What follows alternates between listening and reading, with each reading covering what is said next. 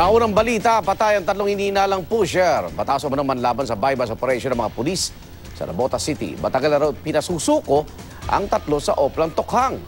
Darito unang balita ng James Agustin ng Super Radio, DZBB.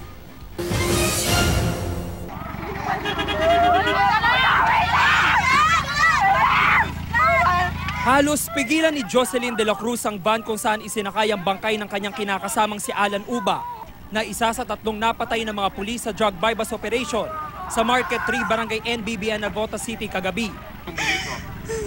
Dito kami nakatira. Dito siya nangupahan ng bahay. Hindi porket dito na nakatira, ibig sabihin pusher na agad yung asawa ko.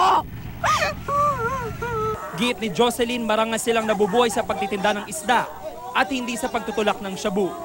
Buntis pa naman si Jocelyn, kaya napapaupo na lang sa sinapit ni Alan. Dishpender lang yung asawa ko. Bakit nadama yung asawa ko? Bumibili ng alak yung asawa ko kasi gusto niya matulog. Papatulog niya lang yun. Tapos ba't ba siya sinali? Hindi rin makapaniwala ang mga kaanak ng 2 pang napatay, ang mag-amang June at Jason Menyosa, na nanlaban sila kaya napatay ng mga pulis. Pero ayon sa Navotas Police, bumili ang asset nila ng 500 pisong halaga ng shabu sa mag-amang Menyosa.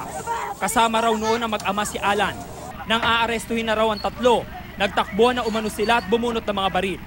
Si June Menyosa, ito ay high value target ng ating Navotas City Police Station sapagkat napaka-notorious niya. Siya yung supplier ng droga sa buong Navotas.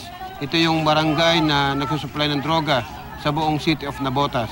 Matagal na raw pinasusuko sa Oplan Tokhang ang 3 pero tuloy pa rin sila sa pagtutulak. Ang matandang Menyosa, sangkot pa nga raw sa iba pang krimen.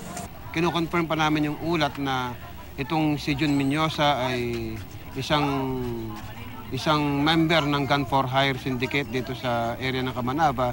At saka siya ay kino-confirm din namin yung report na involved sa series of robbery hold-up itong si June Menyosa sa barangay at sa mga karatig barangay.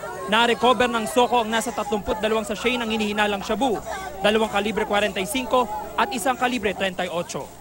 Ito ang unang balita sa Navotas City. James Agustin ng DZBB reporting.